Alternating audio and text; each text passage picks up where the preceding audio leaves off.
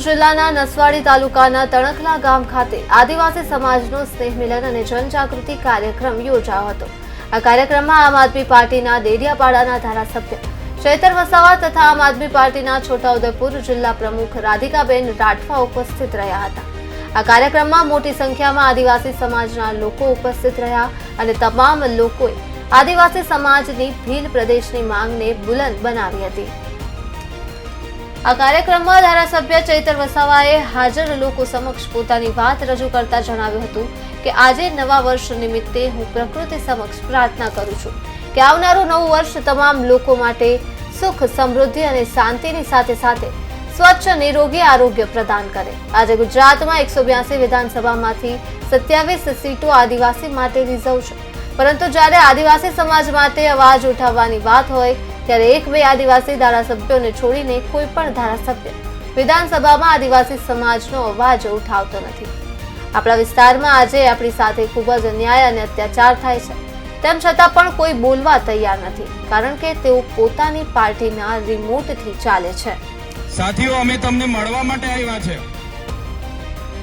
ઘણીવાર આપણા વિસ્તારના આગેવાનો ફોન કરે કે અમે મળવા માટે ડેડિયાપાડા આવીએ, ઘણીવાર કે અમારી આ રજૂઆતો છે, ત્યારે આજે નવા વર્ષના પહેલા દિવસે તમને બધાને મળીને પ્રકૃતિને પ્રાર્થના કરીએ છીએ કે આવનારું નવું વર્ષ સૌ માટે સુખ, શાંતિ, સમૃદ્ધિ સાથે સ્વચ્છ નિરોગી સૌને સ્વસ્થ નિરોગી આયુષ્ય પ્રદાન કરે એવી પ્રાર્થના કરીએ છીએ।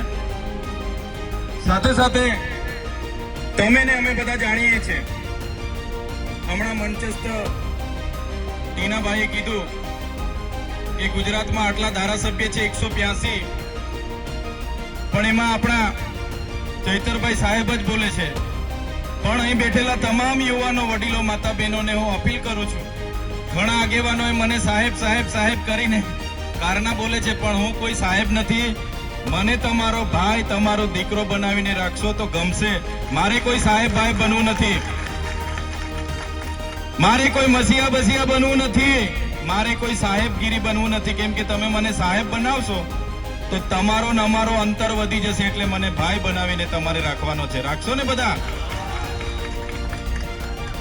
સાથીઓ, હું તમને કહી દઉં, ગુજરાતમાં 27 બેઠકો આદિવાસીઓ માટે રિઝર્વ બેઠકો છે। એમાં તમારી છોટાઉદેપુરની પણ 3 આવી ગઈ, અમારી નર્મદાની પણ 2 આવી ગઈ, એમાં ડેડિયાપાડામાંથી હું ચૂંટાયેલો છું। તો 27 બેઠકો પર તો બીજી કોઈ જાતિવાળા લડતા નથી, લડે છે કોણ? આપણા આદિવાસી લોકો જ લડે છે। સાચી વાત છે કે ખોટી વાત છે?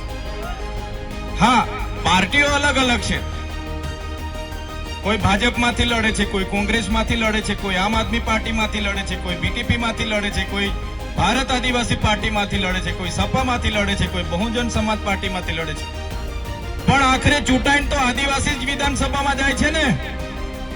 27 બેઠકો આદિવાસીઓ માટે અનામત છે, છેલ્લે ચૂંટાઈને તો આદિવાસીઓ 27 જણ જ વિધાનસભામાં જાય છે। બધાએ બોલવું પડે, પણ જ્યારે આદિવાસી સમાજને માટે બોલવાની વાત હોય, 1-2 ધારાસભ્યને છોડીને કોઈ આદિવાસી ધારાસભ્ય વિધાનસભામાં આપણા સમાજ માટે બોલતા નથી, કેમ કે એ લોકોને ટિકિટની ચિંતા છે। આજે આટલો બધો આપણા વિસ્તારમાં અન્યાય અત્યાચાર થાય છે, કોઈ બોલતું નથી। એમને પાર્ટીએ રિમોટથી ચલાવે છે, પાર્ટી એમની પાર્ટીની ટિકિટથી પડેલી છે। ત્યારે આજે તણખલાના આ મંચ પરથી હું તમને કહેવા માંગુ છું, હું જે વિધાનસભામાંથી ચૂંટાઈને આવું છું એ આદિવાસી રિઝર્વ એટલે કે આદિવાસી અનામત બેઠક છે। મને કોઈ પાર્ટી ટિકિટ આપી દે, પણ આદિવાસીનો જાતિનો દાખલો મારા ફોર્મમાં હું નહીં મૂકું તો મારું ફોર્મ પાસ થવાનું છે નથી। ફોર્મ મારું પાસ થશે, કોઈ પણ પાર્ટી મને ટિકિટ આપી દે, પણ મારો આદિવાસીનો જાતિનો દાખલો હું નહીં મૂકું તો મારું ફોર્મ પાસ થવાનું છે। ભાઈ, પાસ થવાનું છે, નથી થવાનું ને? એટલે આદિવાસીના જાતિના દાખલાથી હું ધારાસભ્ય બન્યો છું. મારા ડેડિયાપાડાના આદિવાસી સમાજના આશીર્વાદથી હું ધારાસભ્ય બન્યો છું. આજે તમારી વચ્ચે આવ્યો છું તો આદિવાસી સમાજના ધારાસભ્ય તરીકે આવ્યો છું. જે દિવસે મારી પાર્ટી પણ આદિવાસી સમાજ માટે બોલતા મને રોકશે, તે દિવસે સૌથી પહેલા મારી પાર્ટીના પાટિયા ચૈતર વસાવા પહેલા ઉતારીને મૂકી દેશે. આ ખુલ્લા મંચ પરથી કહીએ છીએ અમે. આદિ અનાદિકાળથી વસનારો અમારો આદિવાસી સમાજ છે. આદિવાસી સમાજની સંસ્કૃતિ હજારો વર્ષ જૂની છે. સિંધુ ખીણની સંસ્કૃતિમાં તમે જોઈ લેજો, હડપ્પાની સભ્યતામાં જોઈ લેજો. એ આદિવાસી સંસ્કૃતિ 10-12 વર્ષ પહેલાની આપણી સંસ્કૃતિઓ છે. અહીંના મૂળ માલિકો છે આપણે. આદિવાસી હોય, એસસી હોય, માઇનોરિટી હોય, ઓબીસી હોય, આપણે આ દેશના મૂળ માલિકો છે. આજે મૂળ માલિકોની હાલત શું બનાવી દીધી છે? આજે મૂળ માલિકોને આજે મજૂર બનાવીને રાખી દીધા છે. તમે જોઈ લો આજે મૂળ માલિકોની હાલત શું છે. મેં નથી કહેતો, આપણું દેશનું બંધારણ કહે છે કે આદિવાસી આ દેશનો મૂળ માલિક છે. 5મી અનુસૂચિનું 243 આર્ટિકલ ક કહે છે, સુપ્રીમ કોર્ટ કહે છે કે આદિવાસી આ દેશનો માલિક છે. આર્ટિકલ 243 ક તમે વાંચી લેજો. આદિવાસીની જમીન કોઈ ત્રીજો વ્યક્તિ લઈ ન શકે, એમાં પ્રાવધાન છે.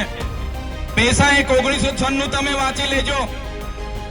બહારનો વ્યક્તિ આદિવાસીઓમાં જમીન નહીં લઈ શકે.